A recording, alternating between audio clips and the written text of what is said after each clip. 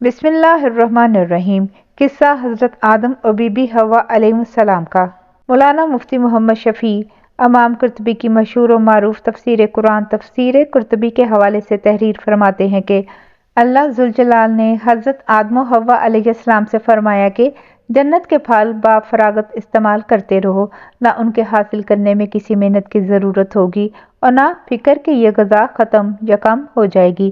کسی خاص درخت کی جانب اشارہ کر کے فرمایا گیا کہ اس کے قریب نہ جانا۔ اصل مقصد تو یہ تھا کہ اس کا پھل نہ کھانا، مگر تاکید کے طور پر عنوان یہ اختیار کیا گیا کہ اس کے پاس بھی نہ جاؤ۔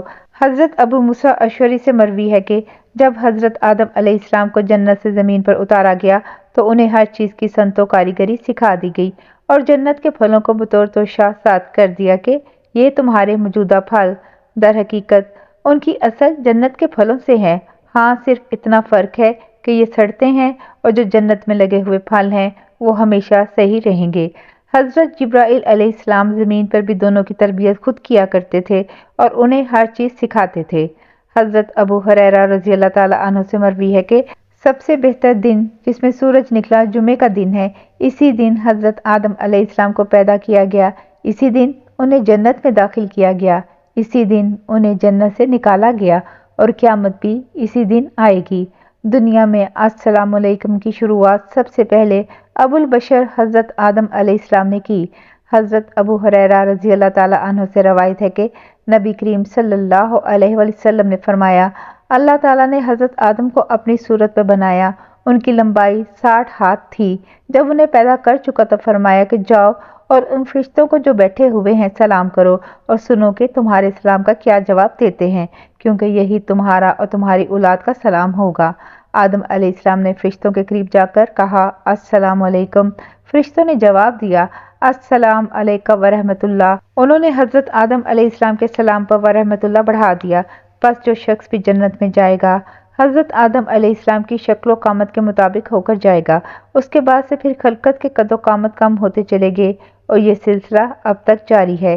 صحیح بخاری کی مذکورہ حدیث سے یہ بات معلوم ہوئی کہ السلام علیکم کے الفاظ حضرت آدم علیہ السلام نے اللہ کے حکم سے سب سے پہلے فرشتوں کے سامنے پیش کیے اور فرشتوں نے اس میں ورحمۃ اللہ کا اضافہ کیا۔ حضرت ابی بن کعب سے مروی ہے کہ رسول اللہ صلی اللہ علیہ وآلہ وسلم نے فرمایا کہ حضرت آدم علیہ السلام اتنے بلند و بالا انسان تھے کہ گویا طویل کھجور کا درخت ہو، سر میں بال بہت تھے۔ حضرت سعید بن جبیر کہتے ہیں کہ حضرت آدم علیہ السلام جس زمین سے پیدا ہوئے اسے وہنا یعنی بلند اونچی زمین کہتے ہیں۔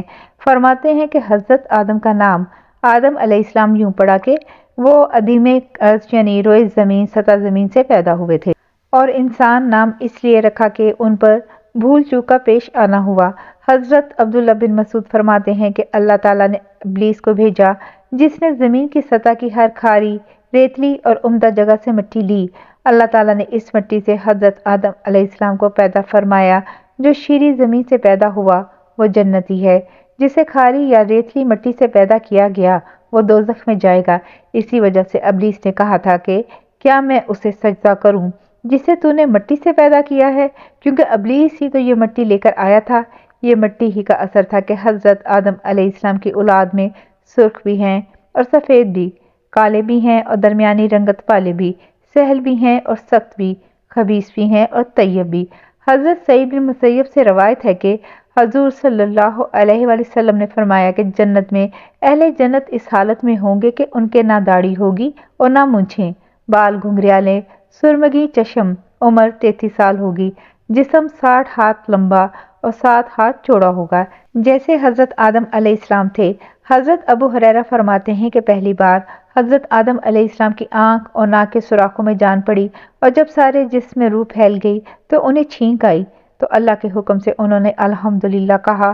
یوں سب سے پہلے ان کے منہ سے اللہ کی حمد نکلی، پھر جواب میں اللہ نے یرحمک ربک فرمایا، یعنی تجھ پر تیرے پروردگار کی رحمت ہو۔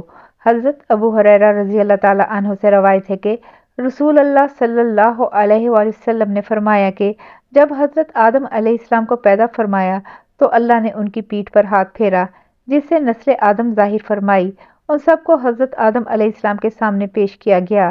حضرت آدم علیہ السلام کی نظر ایک شخص پر پڑی جس کی دونوں آنکھوں کے درمیان نور تھا، پوچھا، اے میرے رب، یہ کون ہے؟ فرمایا، یہ تیرا بیٹا داؤد ہے۔ پوچھا، اس کی عمر کتنی ہوگی؟ فرمایا، 60 سال۔ عرض کیا، میرے رب، یہ تو بہت کم ہے، کچھ زیادہ کر دے۔ فرمایا، نہیں، ہاں، اگر تو چاہے تو اپنی عمر سے کچھ سال دے کر اس کی عمر بڑھا سکتا ہے۔ عرض کیا، یا رب، میری عمر میں سے 40 سال اسے دے دے۔ اللہ تعالیٰ نے حضرت داؤد علیہ السلام کی عمر 40 سال بڑھا دی۔ حضرت آدم علیہ السلام کی کل عمر 1000 سال تھی۔ جب 960 سال پورے ہو گئے تو ملک الموت حاضر ہو گیا اور عرض کیا، چلیے، دنیا میں آپ کی مدت پوری ہو چکی۔ فرمایا، ابھی تو میری زندگی کے 40 سال باقی ہیں۔ ملک الموت نے یاد دلایا کہ وہ تو آپ نے حضرت داؤد علیہ السلام کو دے دیے تھے، مگر حضرت آدم علیہ السلام نے انکار کر دیا، چنانچہ ان کی اولاد بھی انکاری بن گئی۔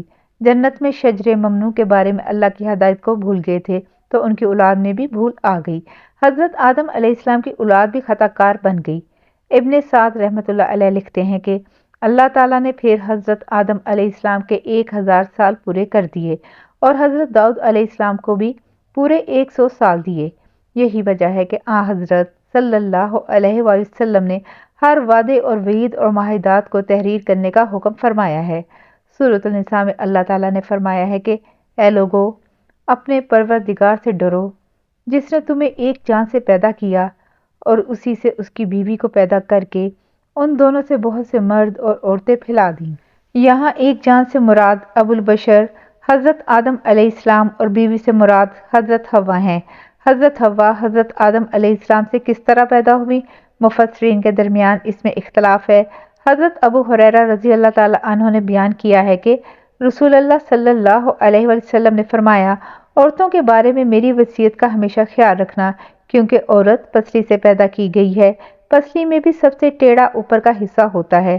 اگر کوئی شخص اسے بالکل سیدھا کرنے کی کوشش کرے تو انجام کار توڑ کے رہے گا، اور اگر وہ اسے یوں ہی چھوڑ دے گا تو پھر ہمیشہ ٹیڑھی ہی رہ جائے گی۔ پس عورتوں کے بارے میں میری نصیحت مانو اور ان سے اچھا سلوک کرو۔ حضرت عبداللہ بن عباس رضی اللہ تعالیٰ عنہ فرماتے ہیں، حضرت حوا علیہ السلام کا نام حوا اس لیے پڑا کہ وہ ہر ایک زندگی والے انسان کی ماں ہے۔ حضرت ابن عباس سے ایک روایت میں فرماتے ہیں کہ حضرت آدم علیہ السلام جنت سے ہندوستان میں اترے اور حضرت حوا علیہ السلام جدہ میں۔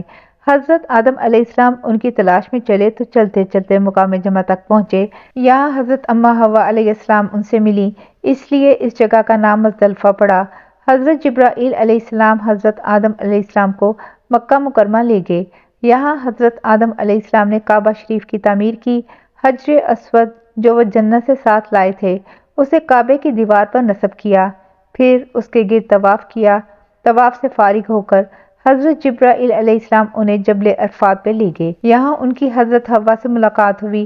اہل علم بیان کرتے ہیں کہ حضرت آدم علیہ السلام سری لنکا کے بلند ترین پہاڑ داسن پر اتارے گئے۔ ہزاروں سال پہلے یہ جزیرہ ہندوستان کے جنوبی حصے میں ملا ہوا تھا۔ ابن بطوطہ نے اپنے سفر نامے میں لکھا کہ یہ جبل سرندیب دنیا کے بلند ترین پہاڑوں میں سے ایک ہے۔ اس پہاڑ پر قدم شریف تک جانے کے 2 راستے ہیں، ایک کو بابا آدم علیہ السلام کا راستہ اور دوسرے کو اماں حوا علیہ السلام کا راستہ کہتے ہیں۔ بابا والا راستہ بڑا دشوار گزار ہے۔ قدم شریف یعنی بابا آدم علیہ السلام کے پاؤں کے نشان ایک سخت پتھر پر ہیں جس کی لمبائی 11 بالشت ہے۔ قرآن و حدیث میں اس کی بابت کوئی سند نہیں۔ یہ تفصیل ابن بطوطہ نے سفر نامے میں تحریر کی ہے۔ اللہ ذوالجلال کی حکمتوں کے بھید لامحدود اور ان گنت ہیں۔ عالم ارض و سما میں کوئی بھی ہستی خواہ کتنی ہی مقرب کیوں نہ ہو، اس کے لیے یہ ممکن ہی نہیں کہ وہ اللہ کے رازوں سے واقف ہو جائے۔ اللہ کی بارگاہ میں ہر وقت عبادت میں مصروف رہنے والے ملائکہ بھی خلافت آدم کی حکمت سے واقف نہ ہو سکے اور آخر تک حیرت میں رہے۔ ایک مشت سڑی ہوئی خاک سے حضرت آدم علیہ السلام کو تخلیق فرما کر خلیفۃ اللہ کے جلیل القدر منصب پر فائز کرنا اور اشرف المخلوق کے عظیم لقب سے سرفراز فرمانا رب ذوالجلال ہی کا کمال ہے۔ وہ جسے چاہے عزت دے، جسے چاہے ذلت۔ حضرت انسان کو رب نے جلالت و بزرگی سمیت اعلیٰ سے اعلیٰ شرف عطا فرمایا، لیکن خلقی و طبعی کمزوریوں کے نقائص کی بنا پر حضرت آدم علیہ السلام نسیان میں مبتلا ہو کے شیطان کے وسوسوں کا شکار ہو گئے۔ مگر یہ بھی حقیقت ہے کہ خطا کار بندہ اگر خلوص و صداقت کے ساتھ ندامت و توبہ کی طرف مائل ہو جائے تو باب رحمت کبھی بند نہیں ہوتا، جبکہ ابلیس کی ہزاروں سال کی ریاضت و عبادت تکبر و نافرمانی کے ایک واقعے سے برباد ہو گئی اور اسے مردود قرار دے کر جنت سے نکال باہر کیا گیا۔ اللہ تعالیٰ فرماتا ہے کہ ہمیں تمہاری ایسی عبادتوں کی ضرورت نہیں جن میں غرور و تکبر ہو، بلا شبہ یہ قصہ سرمایہ 100,000 عبرت ہے۔ جزاک اللہ خیر۔